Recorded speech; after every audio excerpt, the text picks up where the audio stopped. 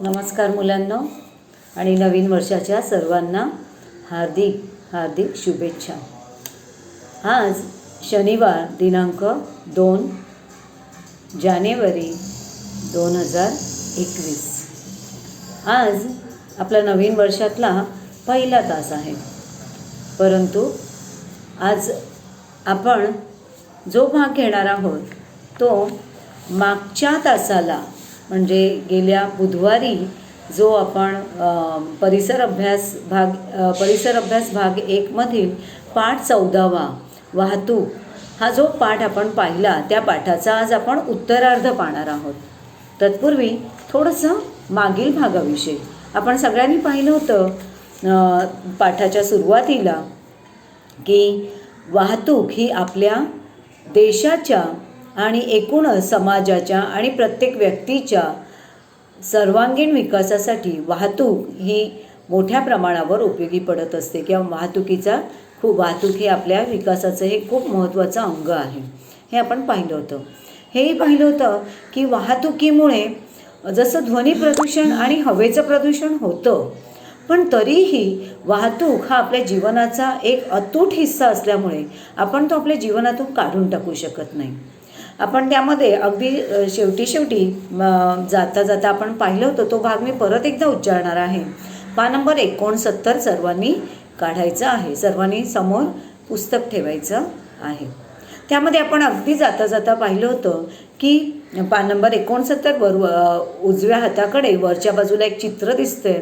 त्यामध्ये आपण पाहिलं होतं की रस्त्याच्या अगदी कडेला असणारी वनस्पती जी डिवायडरवर असते ती आणि रस्त्यापासून खूप दूरवर असणारी वनस्पती ह्यांच्या तजेलदारपणामध्ये किंवा यांच्या रंगामध्ये किंवा यांच्या फ्रेशनेसमध्ये या काय बरं फरक आहे। अगदी सरळ आपल्याला दिसतंय की रस्त्याच्या कडेला असलेली बघा सगळी रोपं जी आहेत ती काळवंडलेली आहेत, पानं सगळी काळवंडलेली आहेत, कारण की येणाऱ्या जाणाऱ्या वाहनांमधून बाहेर पडणारा प्रदूषित वायूचा थर त्यांच्यावर बसतोय। त्याविरुद्ध अगदी रस्त्यांपासून जी लांब आहेत ज्यांच्यापर्यंत हे प्रदूषण तितकंसं पोचत नाही आहे, अगदी कमी प्रमाणावर पोचते, त्या झाडांचा रंग तिथल्या त्या वनस्पतींचा रंग मात्र तजेलदार आणि हिरवागार दिसतोय। या निरीक्षणावरून आपल्या लक्षात आलं की वर्दळीच्या रस्त्यांवर वाहनांची सतत ये जा चालू असते। अगदी आपल्या MIDC रस्ता म्हणा किंवा आपल्या चेकनाक्याकडचा रस्ता म्हणा, अगदी वर्दळीचा रस्ता आहे आणि या ठिकाणी वाहनांची सतत ये जा चालू असते।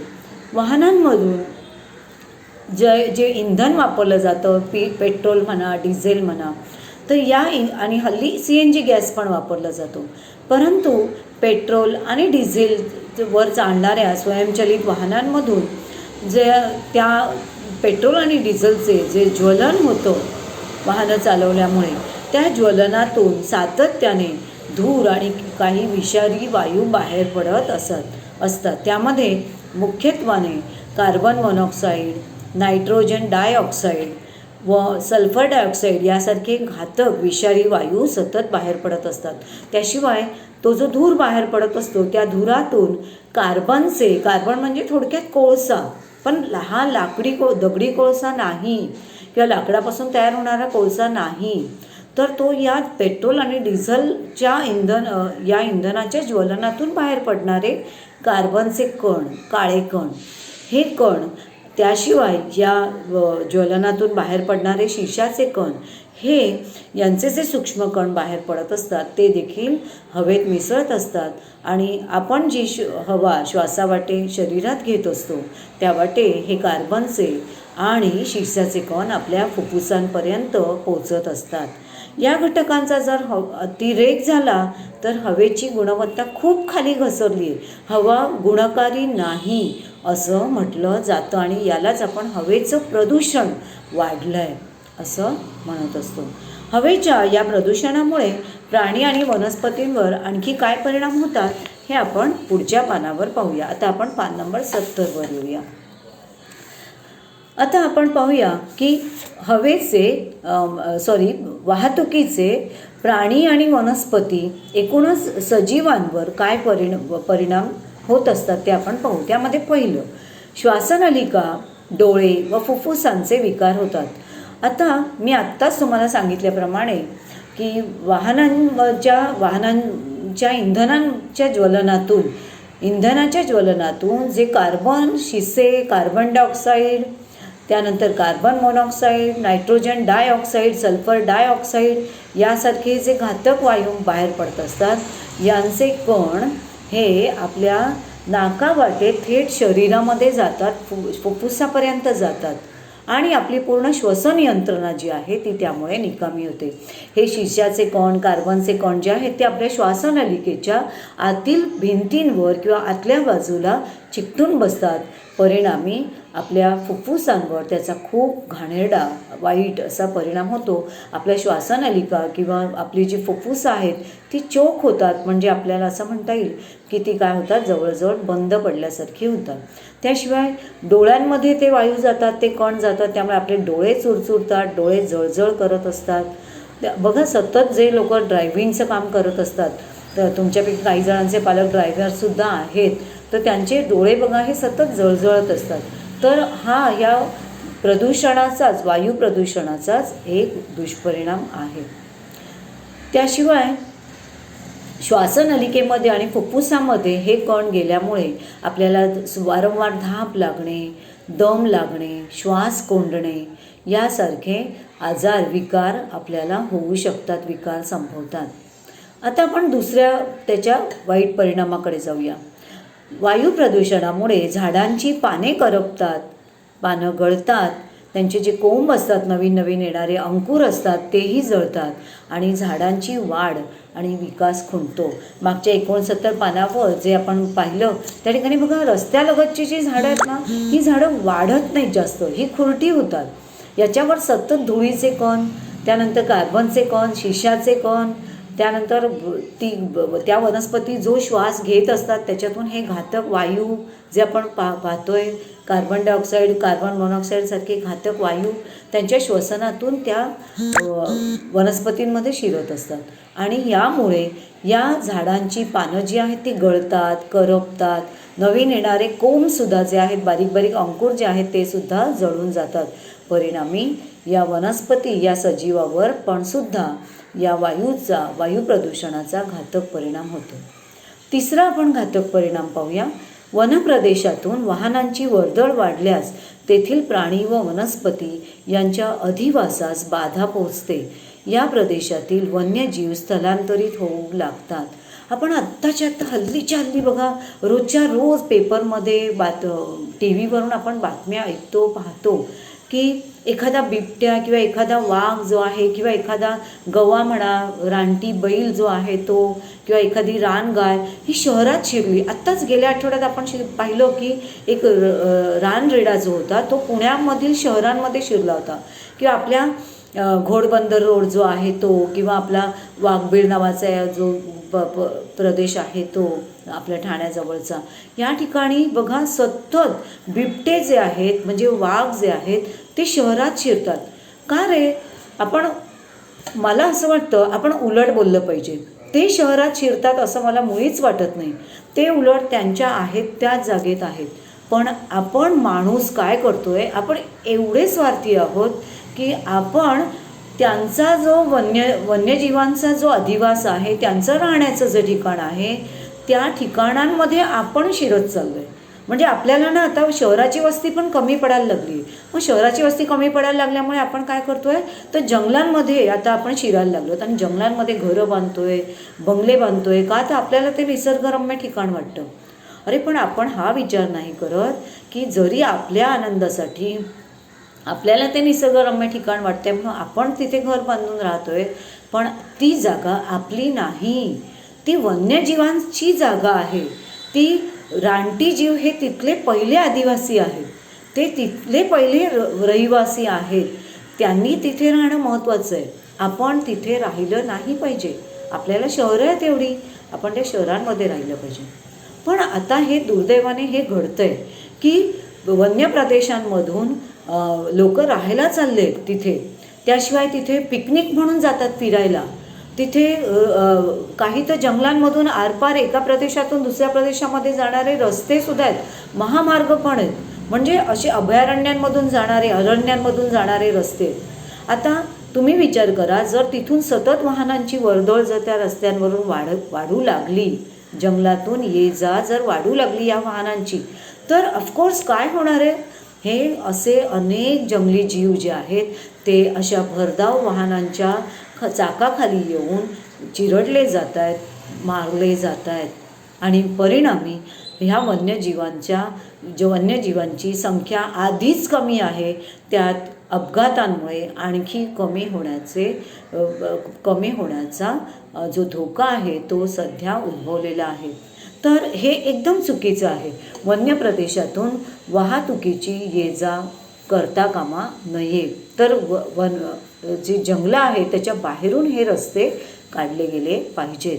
तर हा एक घातक परिणाम त्या वन्यजीवांवर आणि तेथील वनस्पतींवर होतोय. चौथा परिणाम आपण पाहूया. वाहनांच्या सतत होणाऱ्या आवाजाने मोठ्या प्रमाणावर गोंगाट होतो. त्यामुळे अस्वस्थता, चिडचिड होणे, डोके दुखणे, लक्ष न लागणे, मनोविकार इत्यादी परिणाम होतात.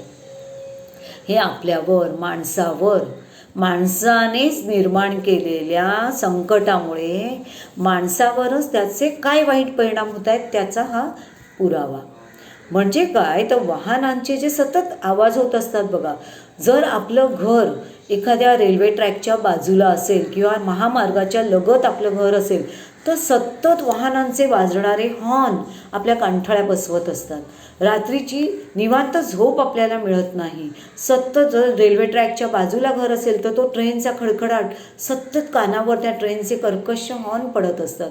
परिणामी आपण निवांत झोपू शकत नाही आणि जर आपल्याला निवांत झोप लागली नाही तर विविध प्रकारचे मनोविकार म्हणजे मानसिक आजारांना आपल्याला बळी पडावं लागतं.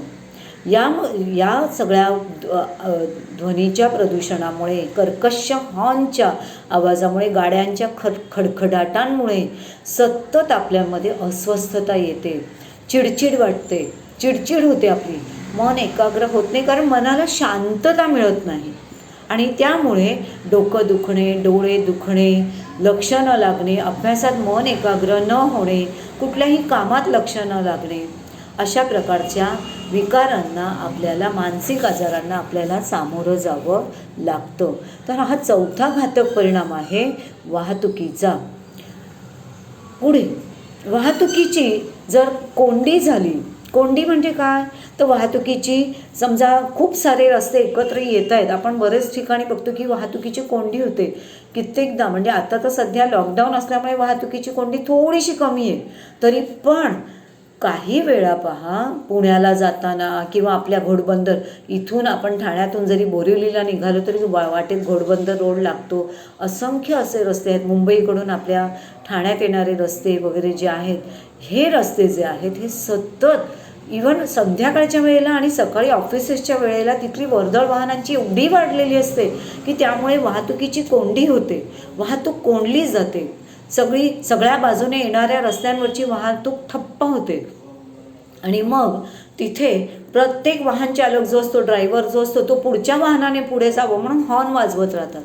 आता या वाहतुकीच्या कोंडींमुळे त्या आजूबाजूच्या परिसरात राहणाऱ्या लोकांना किती त्रास होत असेल याचा अंदाज केलेलाच बरा. नशीब की आपण अगदी त्या MIDCकडच्या रस्त्यावरच्या लगत राहत नाही आहोत, आपली घरंही थोडीशी आतल्या बाजूला आहेत. नाहीतर मग आपण असं या सगळ्या वाईट परिणामांना सामोरे जावं लागलं असतं आपल्याला. तर या वाहतूक कोंडीचा देखील आपल्यावर वाईट परिणाम होतो. वाहतूक कोंडी होत असल्यामुळे त्या रस्त्यालगतच्या भागामध्ये, त्या परिसरामध्ये हवेचं तर प्रदूषण वाढतंच, कारण वाहतूक कोंडी झाल्यामुळे त्याच्यातून सतत जे प्रदूषित जो धूर आहे तो बाहेर पडत असतो. जो घाणेरडा धूर आहे वाहनांमधून पेट्रोल डिझेलचा वगैरे तो बाहेर पडत असतो आणि त्या धुरात किती घातक असे विषारी वायू आणि कण असतात हे आपण आत्ता मागच्याच भागात शिकलो. तर हे सगळं जे आहे या सगळ्यामुळे कित्येकदा अपघातसुद्धा होतात. कित्येकदा धुराचा पडदा एवढा दाट होतो की त्यामुळे अपघात होतात आणि त्या अपघात होणे, मग अपघातांमुळे लोक जखमी होणे, त्यानंतर वाहनांचं नुकसान होणे, या प्रकारचं कित्येकदा अपघातांमध्ये मृत्यू देखील ओढवतात, लोक जखमी होतात. वाहनं मोडकळीस येतात. तर अशा प्रकारचं नुकसान जे आहे हे मोठ्या प्रमाणावर या वाहतुकीमुळे घडत असतं. आता जर आपण पाहिलं तर या व्यतिरिक्त हे भरमसाठ आणखी एक वाईट परिणाम जो इथे सांगितला नाही आहे पण तुम्हाला सांगावं असं वाटतं की असंख्य वाढलेल्या या वाहतुकीमुळे भरमसाठ इंधनाचा वापर होतोय आणि भरमसाठ इंधनाचा वापर झाल्यामुळे परिणाम हा होतोय की या इंधनाचा आज ना उद्या कधीतरी तुटवडा पडणार आहे. तुम्ही सगळेजण ऐकताय ना रे की ही जी वाहनं आहे ती पेट्रोल आणि डिझेलवर चालतात. आता हे पेट्रोल आणि डिझेल जे आहे हे मिळण्याचं पण एक ठराविक असं हे आहे, काय म्हणतो आपण, प्रमाण आहे, मर्यादा आहे त्याला पण. कारण पेट्रोल आणि डिझेल जे आहेत हे नैसर्गिक इंधनं आहेत आणि नैसर्गिक इंधनांपासून ते तयार केले जाणारी अशी ही इंधनं आहेत. मग तुम्हाला मागच्या वेळेला सांगितलं होतं की घाग टीचरांनी तुम्हाला सांगितलं होतं की आपल्याला जी इंधनं मिळत आहेत या इंधनं जी आहेत ही जमिनीखालून मिळणाऱ्या तेलामुळे किंवा जमिनीखालून जो कोळसा आपल्याला प्राप्त होतो आहे, दगडी कोळसा, त्यातून ही इंधनाची कमाई आपण करत असतो. म्हणजे त्यातूनही इंधन आपण बनवत असतो. पण अजून किती वर्ष हे मिळणार? कधी ना कधीतरी हे संपणार आहे सगळं आणि ही इंधनं पुन्हा तयार होण्यासाठी लाखो वर्ष जातील. अशा प्रकारे दगडी कोळसा तयार व्हायला किंवा जमिनीखाली हे इंधन तयार व्हायला लाखो वर्ष जातात. मग लाखो वर्ष खर्चून तयार झालेलं हे इंधन आपण काही वर्षातच संपवतोय. बेसुमार त्याचा वापर करून आपण ते संपवतोय आणि आज ना उद्या एक दिवस असा येणार आहे की ह्या इंधनाचा तुटवडा आपल्याला सगळ्यांनाच जाणवणार आहे आणि त्यावेळेला रस्त्यावरून होणारी ही वाहतूक काही क्षणात ठप्प होणार आहे. ही चालूच शकणार नाही आहे. त्यामुळे बाबांनो, आपल्याला आत्ताच इंधनाच्या बाबतीत सुद्धा जागरूक होणं गरजेचं आहे. मग आपल्याला काही करता येईल का सांगा पाहू. आता आपण पुढचा एक भाग थोडासा पाहूया की वाहतुकीचे चांगले वाईट परिणाम आता आपण सगळ्यांनी पाहिले. चांगले परिणाम तर खूप सारे आहेत, वाईट परिणाम थोडेसे आहेत. मग ते वाईट परिणाम आपल्याला काही प्रमाणात कमी करता येतील का? किंवा वाहतूक आपण बंद करू शकत नाही, पण मग हे जे वायू प्रदूषण आणि ध्वनी प्रदूषण हे दोन जे वाईट परिणाम आहेत ह्याच्यात काही आपल्याला कमी करता येईल का, ह्याची आता आपण चर्चा करूया. त्याचा आधार घेऊन आपण आता पुढचे प्रश्न सोडवूया. इथे आ इ ई असे 4 उपाय सांगितलेले आहेत. तर ते उपाय आपण बघूया आणि या उपायांचा आपण खालील प्रसंगी यापैकी कोणत्या उपायाचा आपण वापर करणार आहोत ते बाजूच्या चौकोनात तुम्हाला लगेच लिहायचं आहे. आत्ता हातात पेन घेतलेलं आहे तुम्ही. पायी जाणे, सायकलवरून जाणे, खासगी वाहनाने जाणे म्हणजे स्वतःच्या वाहनाने जाणे आणि सार्वजनिक वाहनाने जाणे. सार्वजनिक वाहन म्हणजे बस या प्रकारच्या बस आणि रेल्वे, सार्वजनिक वाहन किंवा मोठ्या प्रमाणात जाणारी विमानं यांचा वापर. तर याला आपण सार्वजनिक वाहनं म्हणतो. म्हणजे खूप सारी लोक एका वेळेला वाहनाने जाऊ शकतात ते वाहन. खालील प्रसंगी वरीलपैकी कोणता पर्याय निवडाल. आता तुम्ही वरची कुठली अक्षरं इथे तुम्हाला कुठला उपाय या ठिकाणी योग्य वाटतो तो तुम्ही मला सांगायचा आहे. 1. घराजवळ राहणाऱ्या मित्राकडे तुम्हाला अभ्यासासाठी जायचं आहे. सांगा ई पैकी कुठला उपाय कराल. अर्थातच पायी.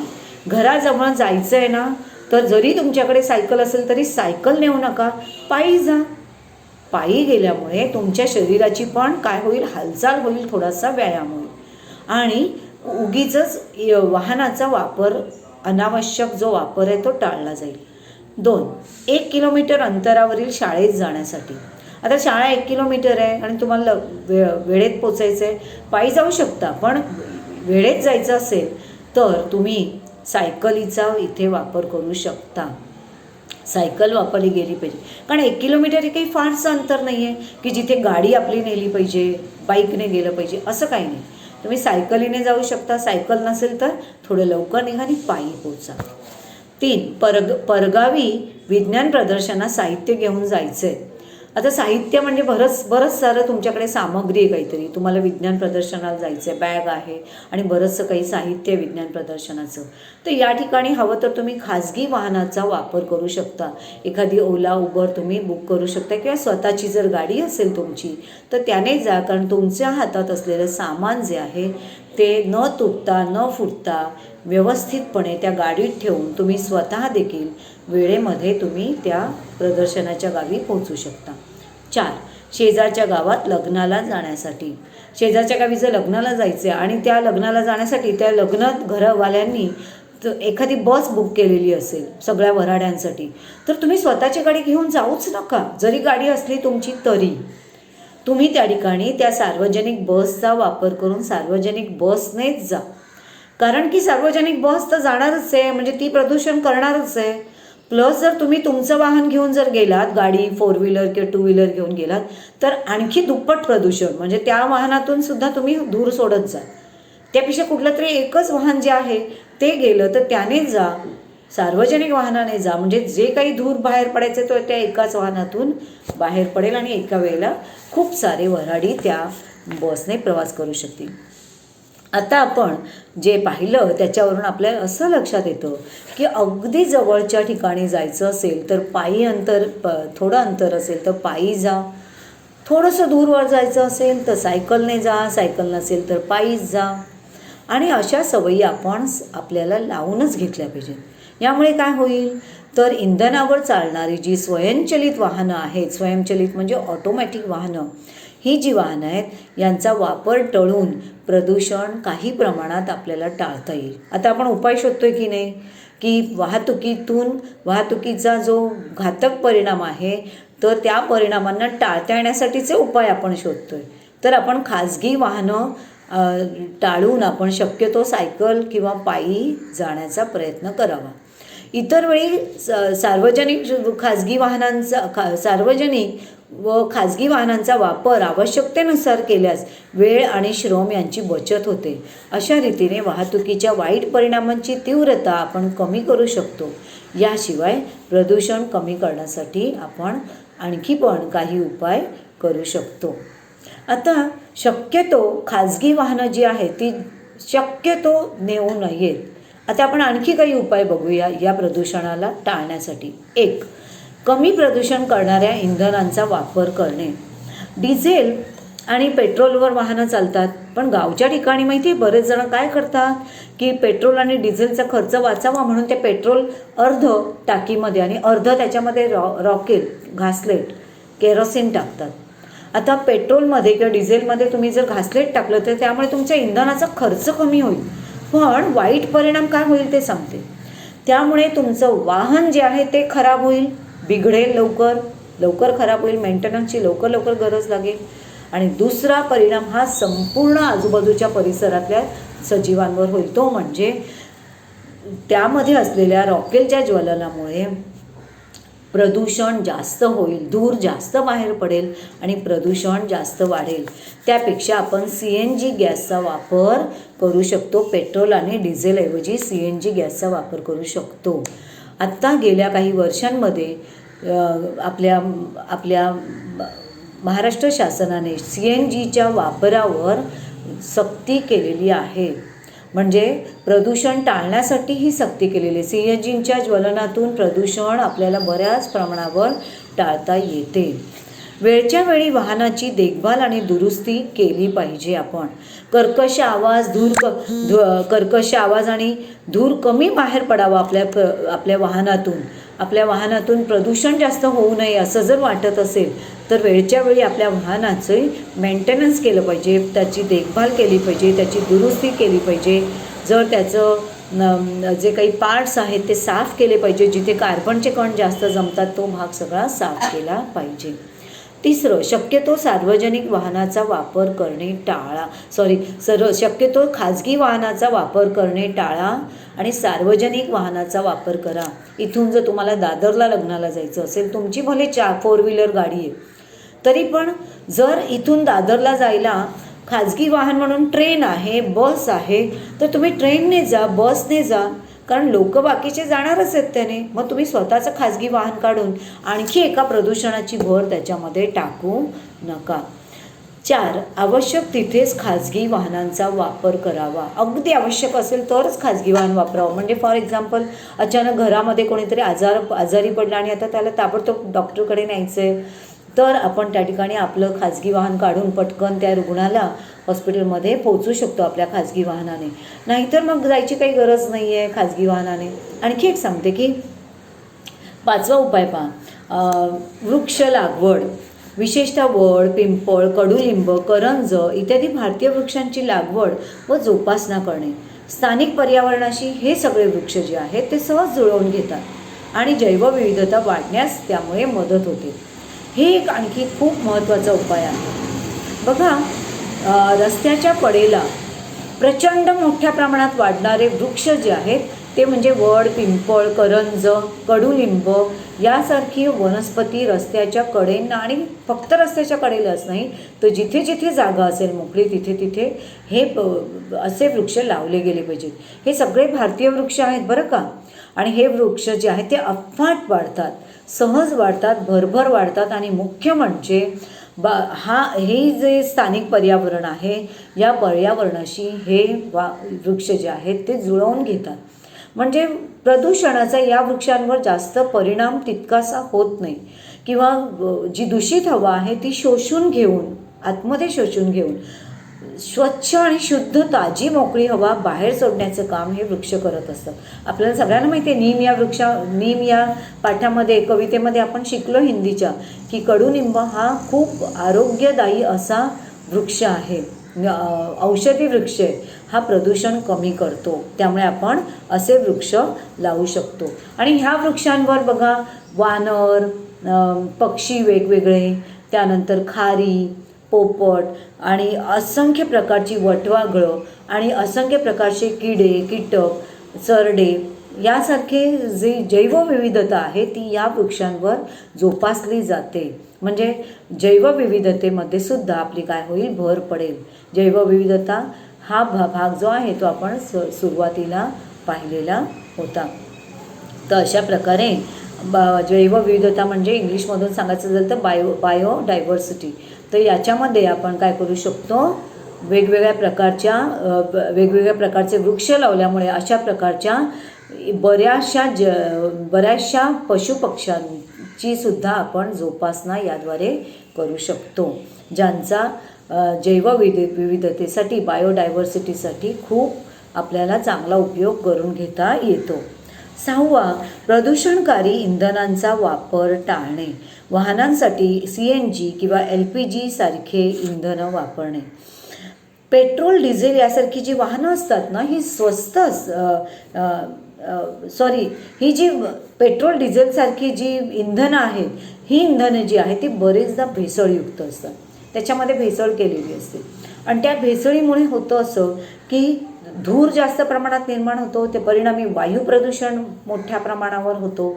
हे जर टाळायचं असेल तर CNG गॅस, LPG गॅस यासारख्या इंधनांचा आपण वापर वाढवू शकतो. आणि CNG आणि LPG सारखी इंधनं जी आहेत ही जास्त खर्चिक नाहीत. पेट्रोल डिझेलच्या मानाने यांचा जो खर्च आहे तो खूप कमी आहे, स्वस्त अशी ही इंधनं आहेत. तर आपण याचा वापर करू शकतो. आणखी तुम्हाला काही सांगता येईल का रे असे काही उपाय? नक्की शोधा असे काही उपाय. कारण की आता आम्ही तर आता 50शीला पोचलो, 50शीच्या पुढे गेलो. तुम्ही अजून खूप लहान आहात, आणखी तुम्हाला बरीच वर्ष जगायचे आणि माहीत नाही की तेवढ्या वर्षांमध्ये प्रदूषणाचे काय हाल होतील. त्यामुळेच आपण ह्या प्रदूषणावर मात केली पाहिजे.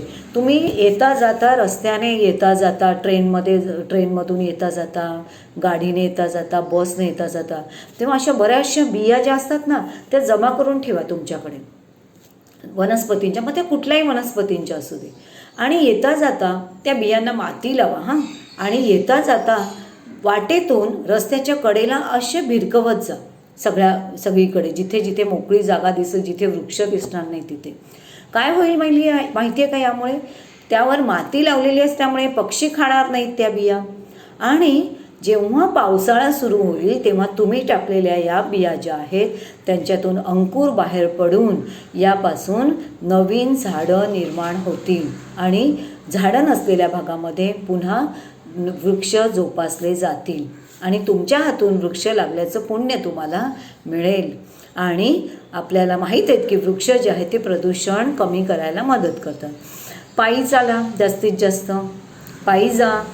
बऱ्याच ठिकाणी जिथे शक्य असेल तिकडे सायकल वापरा. हवा आणि ध्वनी प्रदूषण याबद्दल लोकांमध्ये जागरूकता निर्माण करा. अशा प्रकारे तुम्ही वाहतुकीच्या प्रदूषणांवर उपाय करू शकता. नेहमी लक्षात ठेवा, आपलं पर्यावरण जे आहे ते खूप संवेदनशील आहे. त्यामुळे पर्यावरणावर प्रदूषणाचे विघातक परिणाम होतात ते आपल्यासह सर्व सजीवांसाठी हानिकारक असतात. त्यामुळे प्रदूषण टाळणं अत्यंत आवश्यक आहे. बघा, नदीमध्ये जर दूषित पाणी सोडलं गेलं तर तिथले जलचर, मासे, जे काही तिथली पाण्यामधली जी जैवविविधता आहे ही धोक्यात येते. यांच्यावर या प्रदूषणाचा, या विषारी पाण्याचा परिणाम होतो आणि ते मरतात. वनस्पतींवर वायूचा काय परिणाम होतो हे सुद्धा आपण पाहिलेलं आहे. बघा, आता माहीत आहे का तुम्हाला, यामध्ये एक जहाज दिसतंय बघा. तुम्हाला माहिती आहे हे जहाज वर जे पांढरे पांढरे दिसत आहेत त्याला शीड म्हणतात. शीड म्हणजे कापड. आजच्या आधुनिक युगात आपण इंधनावर चालणारी वाहनं, जहाजं आणि विमानं वापरतोय. जहाजंसुद्धा आज इंधनावर चालत आहेत. पेट्रोल, डिझेल, कोळसा यावर चालत आहेत. पण पूर्वीच्या काळी, म्हणजे फार पूर्वीच्या काळी, जहाजं जी होती ती वाऱ्याच्या वेगावर चालायची. आश्चर्य वाटतं की नाही? वाऱ्याच्या वेगावर चालणारी जहाजं म्हणजे ही शिडाची जहाजं. त्यांना शिडाची गलबतं किंवा शिडाची जहाजं म्हणायची. तर त्यावेळेला काय असायचं की ज्या दिशेला आपल्याला जायचं आहे, म्हणजे आपली जहाज जे आहे जे ज्या दिशेला जायचं आहे त्या दिशेने जर वाऱ्याची गती असेल, वारा वाहत असेल त्या दिशेने, तर शीड जे आहे ते उभारलं जायचं. आणि त्यामुळे काय व्हायचं, त्याचा उपयोग काय व्हायचा, त्या शिडामध्ये खूप सारी हवा भरायची. हवा खूप सारी भरल्यामुळे ती हवा त्या शिडात भरल्यामुळे ती त्या जहाजाला पुढच्या दिशेने लोटत असे. त्यामुळे तुम्हाला वाऱ्याची दिशा ज्या बाजूने आहे त्या दिशेने जायचं असेल तर शीड उभारून तुम्हाला जलद गतीने ते जहाज चालवण्यास मदत व्हायची. आणि ज्या वेळेला आपल्याला ज्या दिशेने जायचं आहे त्याच्या विरुद्ध दिशेने जर वारा वाहत असेल, जर आपल्याला पुढे जायचं आणि वारा विरुद्ध दिशेने वाहतोय तर त्यावेळेला शिडं काय केली जायची, खाली उतरवली जायची. कारण शिडात हवा भरून आपल्याला हवेच्या दिशेने आपलं जहाज लोटलं जातं. तर अशा प्रकारे वाऱ्याचा उपयोग केला जायचा पूर्वीच्या काळी. आता अशी शिडाची जहाजं ही फक्त शर्यती खेळण्यासाठीच वापरली जातात. आता आपण एक खूप महत्त्वाचा भाग पाहूया, सायकल वापराचे विविध फायदे. सायकल ही कधीही चांगली. जास्त लोकांनी मोठ्या प्रमाणावर जर सायकलीचा वापर केला तर हवा आणि ध्वनी प्रदूषण हे खूप मोठ्या प्रमाणावर टाळता येतं. आज अनेक देशामध्ये ही जागरूकता आलेली आहे. चायनासारखा जो देश आहे चीन, यामध्ये तिथली जी 80% लोकसंख्या जी आहे ती सायकलीचा वापर करते. सायकल वापरली जाते तिथे. आणि खूप साऱ्या देशांमध्ये सायकलीसाठी वेगळे मार्ग बनवलेले आहेत. का तर खूप लोक तिथले सायकलने जाता येतात आणि सायकलने जाणं हे खूप खूप फायदेशीर आहे. तर काय फायदे आहेत ते आपण पाहूया. आपण घड्याळाच्या दिशेने जाऊया, म्हणजे क्लॉकवाईज जाऊया. सायकलीने गेल्यामुळे आपला शारीरिक व्यायाम होतो. आपली हात, पाय, कंबर, पाठ, गुडघे हे सतत सायकलीचा आपण पेडल मारत असल्यामुळे आपल्या या सगळ्या अवयवांचा आपोआप व्यायाम होतो. तुम्हाला वेगळा व्यायाम करायची गरज नाही. दुसरा फायदा, थोड्या प्रमाणात सामान वाहून नेता येतं. सायकलला मागे जे कॅरेज असतं त्या कॅरेजवर आपल्याला आपलं दप्तर नेता येतं. तुम्हाला दळण एखादं पोचवायचं असेल चक्कीमध्ये तर ते नेता येतं. बाजारातल्या सामानाच्या पिशव्या नेता येतात. एखादी गोण टाकून मागे नेता येते कांद्याची, धान्याची. तर अशा प्रकारे तुम्हाला थोड्या प्रमाणात का होईना सामान वाहून नेता येतं. तिसरं, सायकलीचा फायदा, प्रदूषण होत नाही. सायकलीला कुठल्याही इंधनाची गरज नसल्यामुळे, कुठल्याही इंधनाचं ज्वलन त्यातून होत नसल्यामुळे प्रदूषण होत नाही. अजिबात इंधनाची गरज नाही सायकलला. चौथा फायदा सायकलीचा, स्वावलंबन. सायकल जी आहे ती प्रत्येक माणसाने स्वतः चालवायची असते, त्यामुळे आपल्यामध्ये स्वावलंबनाची भावना निर्माण होते. दुसऱ्या कुठल्या ड्रायव्हरची त्यासाठी गरज लागत नाही. आपण ती स्वतः चालवतो आणि आपण ती चालवत असल्यामुळे ही माझी सायकल आहे आणि याचा ड्रायव्हर मीच आहे, ही स्वावलंबनाची भावना निर्माण होते. दुसऱ्या कोणावर अवलंबून राहावं लागत नाही. पाचवा फायदा, वेळेची बचत होते. सायकलीवरून आपण काही अंतरावर असणाऱ्या ठिकाणी आपण जलद आणि पटकन पोचतो, त्यामुळे आपल्या वेळेची बचत होते. छोट्या जागेत ठेवता येते. सायकल जी आहे ती आकाराने खूप लहान असल्यामुळे इतर वाहनांपेक्षा आणि अशी चप्पटच्या चप्पट असल्यामुळे आपल्याला अगदी थोड्या जागेतसुद्धा ती सायकल सहज ठेवता येते. अगदी घराच्या बाहेर भिंतीशी लागून पण आपल्याला सायकल ठेवता येते. नाही तर मोटारीला केवढी जागा लागते बघितली की नाही. तर सायकल ही कमी जागेत ठेवता येते. पुढचा फायदा जो आहे तो आहे सायकलीमुळे पैशाची बचत होते. सायकल चालवण्यासाठी कुठलंही इंधन लागत नसल्यामुळे आणि सायकल देखभाल करण्याचा खर्चही जास्त येत नसल्यामुळे आपल्याला सायकल जी आहे ती अतिशय फायदेशीर आहे. तिच्यापासून आपल्याला कुठलाही खर्च येत नाही. एकदा काय तो विकत घेण्याचाच खर्च येतो, तो नंतर आपण स्वतः त्याची देखभाल करू शकतो, स्क्रू नट बोल्ट सगळे टाईट करून. तर अशा प्रकारे पैशांची बचत होते. आपल्याला जसे इतर स्वयंचलित वाहनांसाठी पेट्रोल डिझेलसाठी पैसे द्यावे लागतात, तो इथे खर्च होत नाही. आणि सायकलचा पुढचा फायदा, वाहनांची गर्दी होत नाही. सायकल आकाराने खूप लहान असल्यामुळे ती तुम्ही किती कमी जागेतून नेऊ आणू शकता. अगदी रस्त्यावर वाहनांची कोंडी असेल ना तरी आपली सायकल त्याच्यातून मार्ग काढून सहज आपण पुढे काढू शकतो, कारण सायकलला फारशी जागा लागत नाही. त्यामुळे सायकलमुळे वाहनांची गर्दी होत नाही. तर सायकलचे एवढे जर मोठे फायदे आहेत तर आपण सुद्धा सायकलचा जास्तीत जास्त वापर करूया. आता तुम्हाला एक प्रश्न विचारलेला आहे पान नंबर 72वर. काय करावे बरे? रोहन आणि सानिया नेहमी शाळेत चालत जातात. घरापासून 30 मिनिटांवर त्यांची शाळा आहे आणि तरी ते चालत जातात. आज त्यांच्या शाळेत सांस्कृतिक कार्यक्रम आहे, त्यासाठी आजही ते दोघं चालत गेले असते. पण आज त्यांची म्हातारी आजी त्यांच्यासोबत येणार आहे आणि आजीचं वय खूप जास्त असल्यामुळे आजी खूप थकलेली आहे आणि तिला शाळेत नेण्यासाठी त्यांनी पुढीलपैकी कुठला पर्याय बरं त्यांनी वापरावा? त्यांनी आजीला घेऊन पायी जावं, ऑटो रिक्षाने जावं, बसने जावं, स्कूटरने जावं की मोटारीने जावं? विचार करा आणि ठरवा. म्हणजे रोहन आणि सानियाच्या जागी जर तुम्ही असाल आणि त्यांच्या आजीच्या जागी तुमची आजी असेल, आजोबा असतील, तर तुम्ही त्यांना कसे न्याल तुमच्या शाळेमध्ये ते तुम्ही विचार करा. आणि बाळांनो बघा, मोठे व्हाल, खूप पैसा कमवाल, आणि पैसा कमवल्यानंतर तुम्हाला असं खूप इच्छा होईल की आपण मोटर बाईक घेऊया, छानशी लाखभराची 7-8 लाखाची गाडी घेऊया, 4 व्हीलर. जरूर घ्या, पण आवश्यक तिथेच त्याचा वापर करा. उगीचच आहे म्हणून रोजच्या रोज तुम्ही एकट्याने ऑफिसला जाण्यासाठी त्याचा वापर कधी करू नका. एका बिल्डिंगमध्ये जर खूप सारे लोक, समजा एका बिल्डिंगमधून 4 लोक एकाच ऑफिसमध्ये जाणारे असतील, एकाच ऑफिसमध्ये काम करणारे असतील, तर त्या 4 जणांनी आपापल्या 4 बाईक्स काढण्यापेक्षा किंवा त्या 4 जणांनी आपापल्या 4 चाकी गाड्यांवरून जाण्यापेक्षा त्या 4 जणांनी मिळून एकाच गाडीचा वापर करून जाणं हे जास्त फायदेशीर पण होईल. त्यामुळे प्रदूषण पण वाचेल, पेट्रोल आणि डिझेलचा खर्चसुद्धा वाचेल, कारण एकच गाडी काढल्यामुळे एकाच गाडीतून जो काही खर्च होईल, प्रदूषण होईल, ते एकाच गाडीचं होईल. त्यामुळे मोठे झाल्यानंतर तुम्ही तुमच्याकडे वाहन जरूर घ्या, पण आवश्यक तिथेच त्याचा वापर करा. वाहन हे प्रेस्टिज इश्यू बनू देऊ नका. तर अशा प्रकारे आपला हा जो पाठ आहे वाहतूक हा पूर्ण झालेला आहे. आज आपण काय शिकलो या पाठामधून? तर वाहतुकीचे आपल्यावर होणारे चांगले परिणाम अधिक आहेत ते पाहिले, वाईट परिणाम खूप सारे कमी प्रमाणात आहेत, ते आपल्याला टाळता येतात हे पण आपण पाहिलं. वाहतुकीच्या साधनांचा वाहतुकीची साधनं मोठ्या प्रमाणावर प्रदूषण निर्माण करतात, त्यामुळे याचा वापर विचारपूर्वक केला पाहिजे, हे पण आपण शिकलो. वाहतुकीच्या साधनांच्या प्रदूषणामुळे निसर्गाचे अस्तित्व धोक्यात येतं.